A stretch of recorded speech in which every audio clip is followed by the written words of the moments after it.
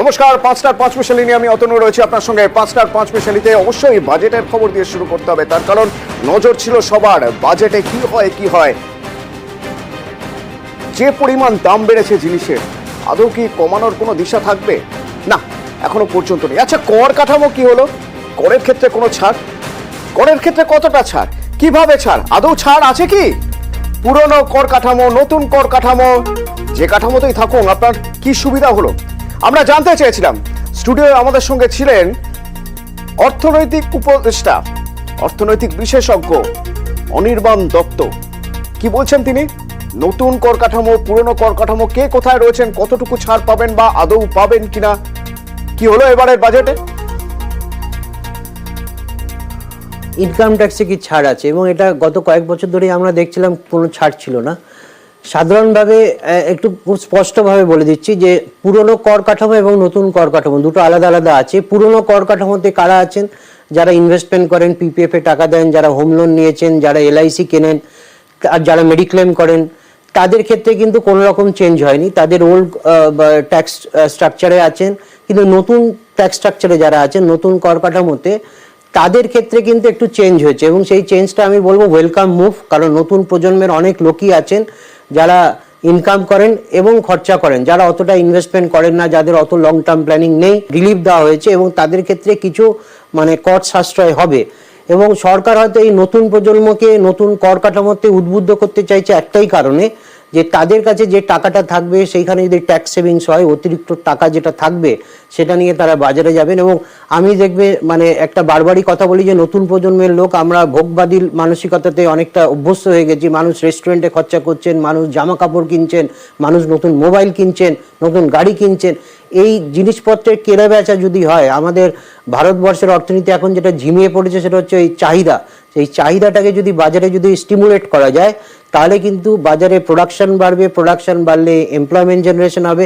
এবং ভারতবর্ষের মূল সমস্যা যেটা, সেটা কিন্তু এই বেকারত্ব এবং জিনিসপত্রের অত্যাধিক মূল্য বৃদ্ধি। মানুষকে যদি কিছুটা কর সাশ্রয় আপনি দিতে পারেন, তাহলে হয়তো সেই মূল্য বৃদ্ধির যে যন্ত্রণা, সেই যন্ত্রণাটা হয়তো তার কাছে একটু কম মেহসুস হবে। এই নতুন কর কাঠামোয় যারা রয়েছেন তারা কিভাবে সুবিধা পাবেন আজকের এই বাজেটে? না, তাদের ক্ষেত্রে তো ওই আগে ছিল 3 লাখ থেকে 6 লাখ টাকা, এখন সেটা 3 লাখ থেকে 7 লাখ করে দিয়েছে। আর 7 লাখ থেকে আগে ছিল 6 লাখ থেকে 9 লাখ, এখন ওটাকে আবার ভেঙে দিয়ে 7 লাখ থেকে 10 লাখ করে দিয়েছে। তাতে এক্সাক্ট ক্যালকুলেশনটা আমি অলরেডি যদি মুখে বলা যায়, সেখানে সাধারণভাবে একটা 87 এর রিবেট আছে, সেই রিবেটটা পাওয়া যায়। স্ট্যান্ডার্ড ডিডাকশন যেটা 50,000 টাকা ছিল, সেটাকে বাড়িয়ে 75,000 টাকা করে দেওয়া হয়েছে। আমাদের ধরুন কারোর ইনকাম যদি 7,75,000 টাকা হয়, তাহলে স্ট্যান্ডার্ড ডিডাকশন হচ্ছে তার ক্ষেত্রে 75,000 টাকা, তার মানে তার ট্যাক্সেবল ইনকাম হয়ে যাবে 7 লাখ টাকা। এবং 7 লাখ টাকার উপরে যেহেতু একটা রিবেট আছে 87 এ, তাহলে তাকে কোনো ট্যাক্স দিতে হবে না। মোটামুটি আমি একটা যদি হিসেব বলি, 64,000 টাকার মধ্যে যদি কারোর ইনকাম থাকে মান্থলি, তাহলে কিন্তু আর তাকে কোনো ট্যাক্স দিতে হবে না, সে এন্টায়ার টাকাটাই কিন্তু খরচা করতে পারে। কিন্তু আমি বলবো এটা একটুখানি রিস্কি প্রপোজিশন হয়ে যাবে, কারণ নতুন প্রজন্মের লোক, তাকেও কিন্তু একটা মেডিক্লেম করতে হবে। কারণ না হলে আগামী দিনে তার যদি কোনো শরীর খারাপ হয়, মেডিকেল এমার্জেন্সিস হয়, তখন কিন্তু ওই আয়ুষ্মান ভারতের কার্ড বা স্বাস্থ্যসাথীর কার্ড ছাড়া তার কাছে আর কোনো উপায় থাকবে না।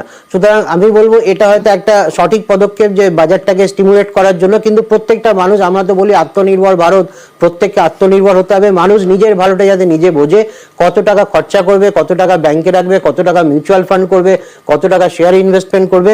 কিন্তু ট্যাক্স দেওয়ার যে প্রবণতাটা মানুষের, সেক্ষেত্রে কিন্তু ট্যাক্স দেওয়ার যে প্রবণতা, সেখান থেকে মানুষ বেরিয়ে আসতে চাইছে। কারণ মানুষের এমনি কিন্তু প্রত্যেকটা জিনিস কিনতে গেলেই তাকে ট্যাক্স দিতে হচ্ছে। আপনি দেখবেন যে আমরা বলি ইনকাম ট্যাক্স ছাড়াও সারাদিনে আমরা যথেচ্ছ ট্যাক্স পেমেন্ট করি। আপনি যে জিনিসটা কিনবেন, প্রত্যেকটা জিনিসের উপরে জিএসটি আছে, তার মানে ইনডাইরেক্টলি আপনি কিন্তু ট্যাক্স দিচ্ছেন। তো সাধারণভাবে মানুষ এখান থেকে একটুখানি যন্ত্রণা থেকে বেরোতে চাইছিলেন, তাদের জন্য একটা আমি বলবো মার্জিনাল রিলিফ হয়েছে, এবং এটা ওয়েলকাম মুভ। তো আম আদমি কে কি বলছেন এই নতুন যে কর কাঠামো, তা নিয়ে কি লাভ হলো? এই যে নতুন কর ব্যবস্থায় যে কর কাঠামো, সেই নতুন ব্যবস্থায় কর কাঠামোয় কি লাভ হলো, চট করে একবার জেনে নিই।